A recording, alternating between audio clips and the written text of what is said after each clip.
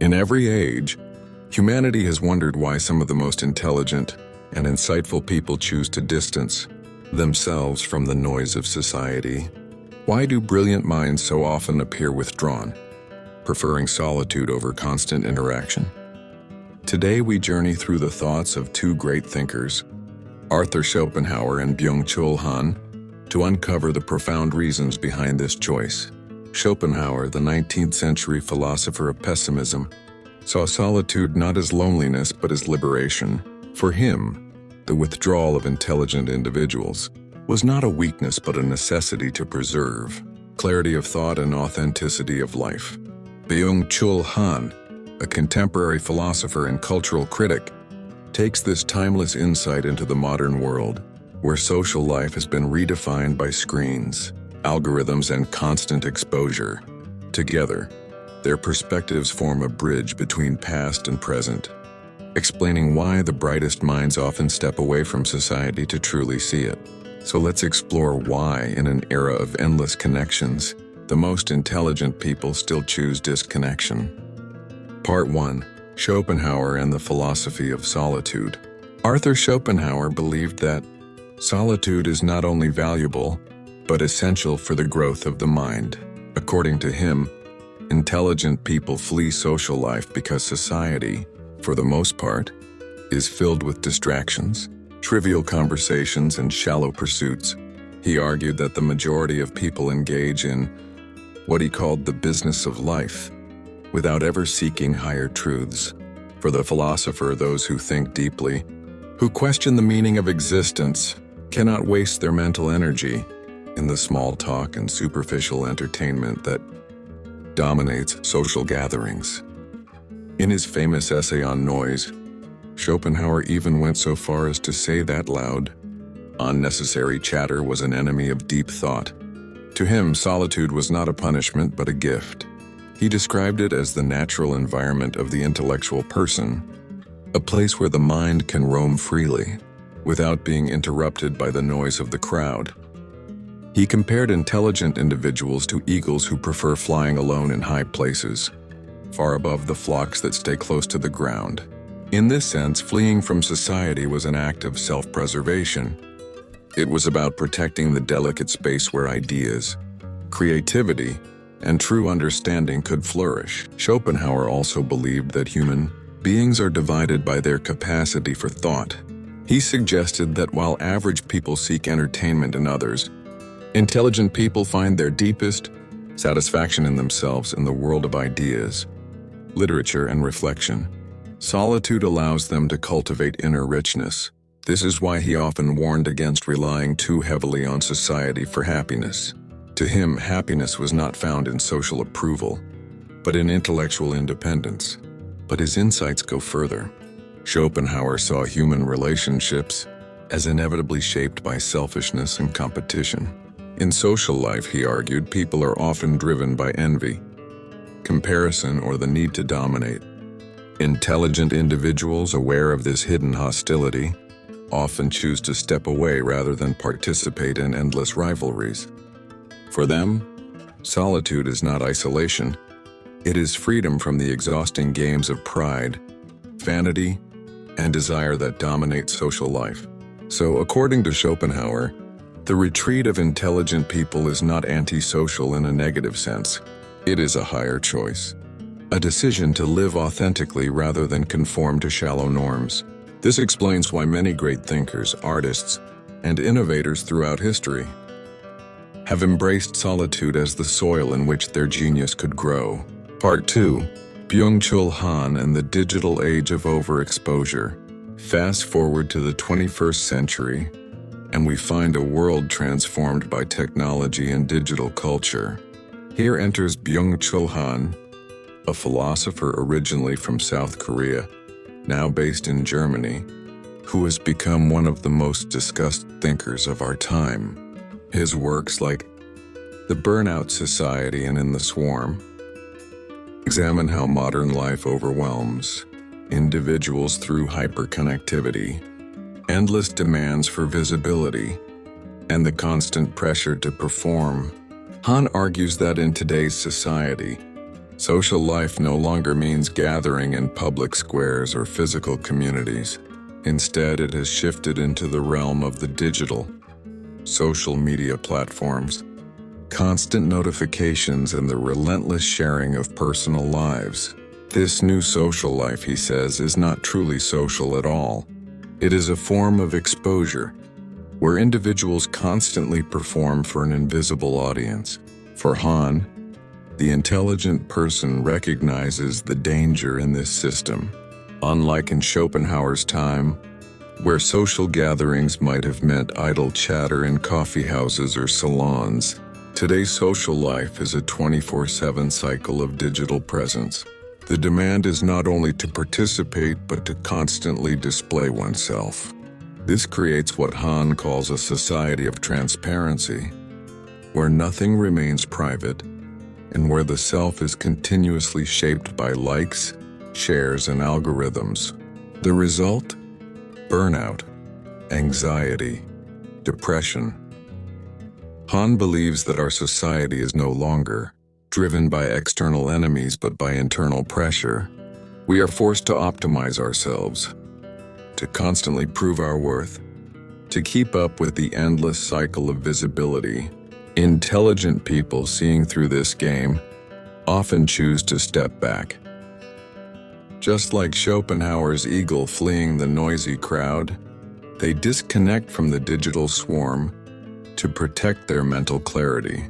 Han also warns that the so-called freedom offered by digital social life is actually a new form of control. People believe they are free because they can share, post, and connect at any time. But in reality, this constant need to be visible makes them prisoners of a system that exploits their attention and emotions. Intelligent people aware of this hidden exploitation resist it by withdrawing. They seek privacy, silence, and authentic relationships rather than endless digital exposure. In this way, Han updates Schopenhauer's insights for the digital age. Where Schopenhauer saw noise and triviality, Han sees algorithms and overexposure. Where Schopenhauer defended solitude against social distraction, Han defends withdrawal against the tyranny of constant connectivity. Both thinkers agree true intelligence recognizes that stepping away from social life is not weakness, but wisdom. Part 3. The illusion of belonging in social life. One of the most striking reasons intelligent people step away from society lies in the very idea of belonging. Most people assume that being part of a group provides comfort, identity, and meaning, and in many cases this is true. Social life, on the surface, offers companionship, protection, and a sense of shared purpose.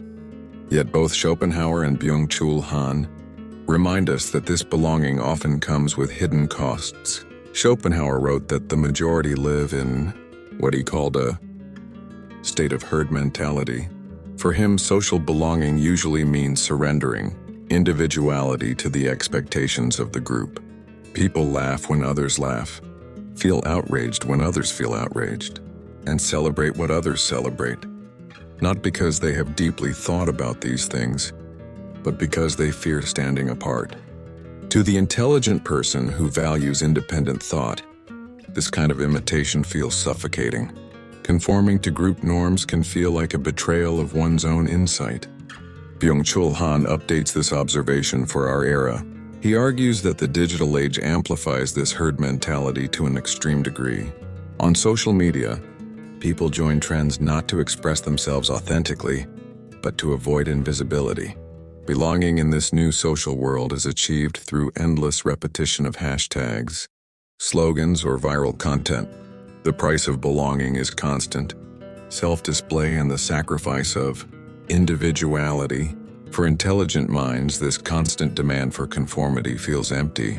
They recognize that belonging built on performance is not real belonging at all. It is dependency. It means one's worth depends on the gaze of others. And so many intelligent people quietly leave this stage, preferring solitude to the exhausting labor of always proving themselves worthy of attention. In this retreat, They rediscover the deeper form of belonging to themselves, to their own inner world, to truth rather than trends. Part 4. The weight of superficial relationships. Another key reason why intelligent individuals distance themselves from society is the burden of superficial relationships. Schopenhauer observed that much of what passes for friendship or companionship in the world is in fact motivated by self-interest. People seek others for entertainment, distraction, or even advantage, but rarely for deep understanding. He argued that genuine friendship is rare, and true intellectual companionship rarer still. To the reflective mind, this realization is disheartening. When conversations rarely rise above gossip, when relationships are maintained out of convenience rather than authenticity, intelligent individuals begin to feel a sense of alienation. They may sit in crowded rooms yet feel utterly alone, not because they despise others, but because they cannot find resonance. For them, solitude becomes preferable to the exhaustion of pretending, interest in shallow exchanges. Byung-Chul Han sharpens this point for the digital era. In his analysis, social media is built on connections but not on depth.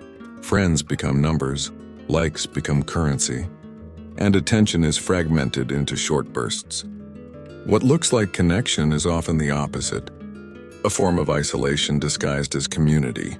The more one tries to maintain these surface-level ties, the more one feels hollow. Intelligent people, recognizing this paradox, often step back. They see that endless networking or digital connection does not lead to intimacy, it leads to burnout. Their withdrawal is a refusal to accept superficiality as the price of belonging. Instead, they prefer silence, books, reflection, or the rare company of a few kindred spirits over the noisy crowd of shallow relationships. This explains why history's great thinkers, from Nietzsche to Virginia Woolf, often spoke about the loneliness of the intellectual life. It is not that they rejected humanity, but rather that they demanded depth. And when society cannot provide this depth, solitude becomes the only honest refuge. Part 5.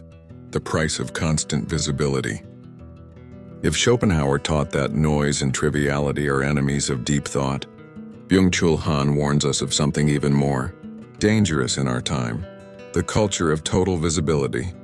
Today, social life is not only about being present in groups, but about constantly being seen, tracked, and evaluated. Han calls this the society of transparency.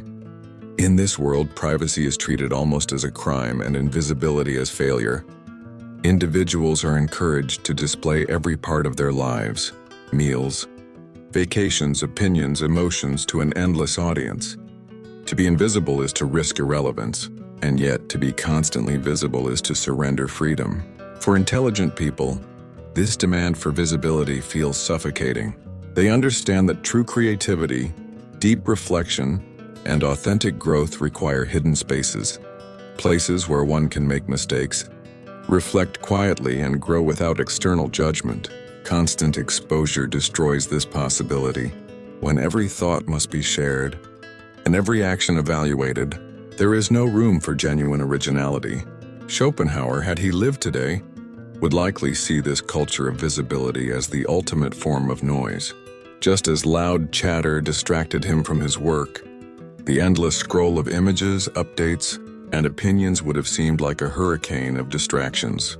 And like the eagle he described, the intelligent mind today escapes this storm by flying higher, by withdrawing into solitude, away from the glare of constant surveillance. Thus, the retreat of intelligent people is not antisocial rebellion, but a quiet form of resistance. It is a way of saying, I will not allow my inner life to be consumed by the endless demand to be seen. I choose depth over display, authenticity over performance, freedom over exposure. Part 6. Creativity and the need for solitude.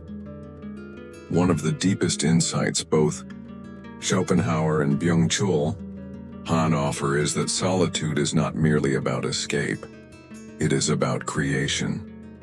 To Schopenhauer, solitude provides the silence in which great works of philosophy, art and science are born.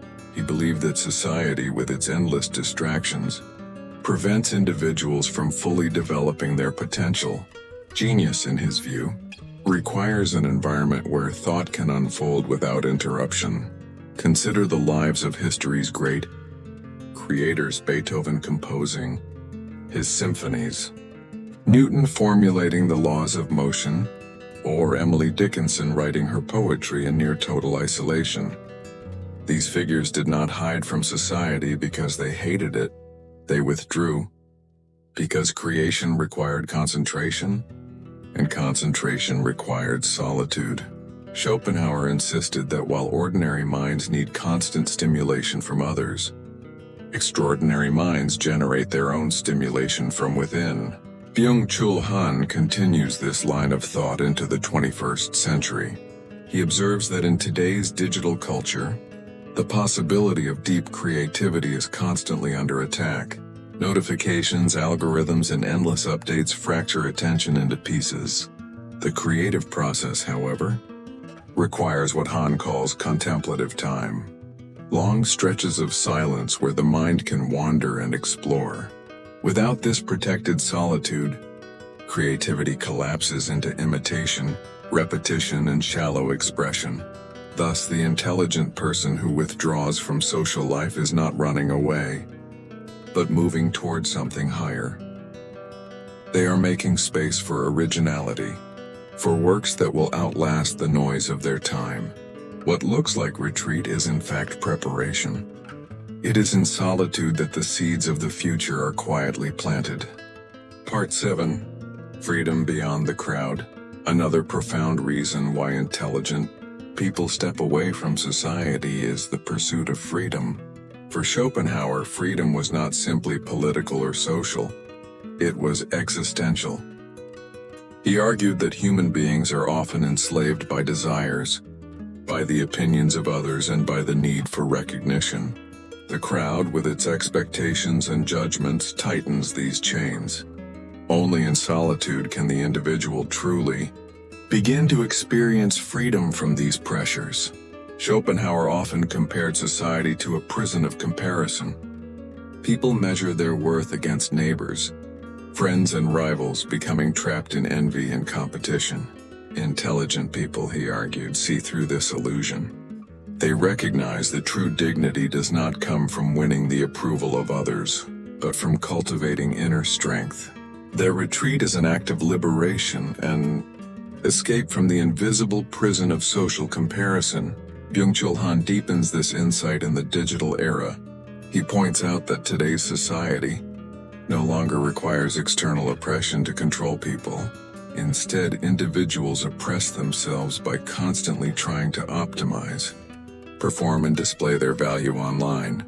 He calls this the achievement society, where people voluntarily become laborers of their own image. In this world, freedom becomes almost impossible, because the self is always on display, always under pressure to perform. The intelligent person, recognizing this hidden form of slavery, seeks freedom by stepping outside the game. They refuse to reduce their lives to metrics of visibility or popularity. Instead, they embrace silence, slowness, and invisibility as paths to authentic existence. In doing so, they rediscover a kind of freedom that the majority never experience. The freedom of living without constant judgment. Ending. The wisdom of withdrawal. As we close this exploration of why the most intelligent people flee from social life, we see a striking harmony between Arthur Schopenhauer and Byung-Chul Han. Though separated by 2 centuries, both philosophers point to the same truth. Society, whether in the noisy salons of the 19th century or the digital swarms of the 21st, often suffocates the individual spirit. The intelligent person, aware of this danger, withdraws not out of hatred but out of necessity. For Schopenhauer, solitude was the condition for truth, for deep thought, and for the cultivation of inner wealth. For Byung-Chul Han, Solitude is the last refuge from a world of burnout, surveillance, and performance. Together, they remind us that stepping away from social life is not a rejection of humanity, but a commitment to authenticity. History proves this wisdom. Again and again, we find that the greatest insights, the most beautiful works, and the most transformative ideas come from those who dared to stand apart. Their solitude gave them vision. Their withdrawal gave them freedom. Their silence gave birth to words and works that still speak to us today. So perhaps the question is not why intelligent people flee from social life, but why so many others refuse to. Maybe the true strength lies not in constant belonging, but in the courage to be alone, and maybe in learning to step back. Each of us can find what Schopenhauer and Han both knew so well, that solitude is not emptiness, but the hidden source of wisdom, freedom, and creation.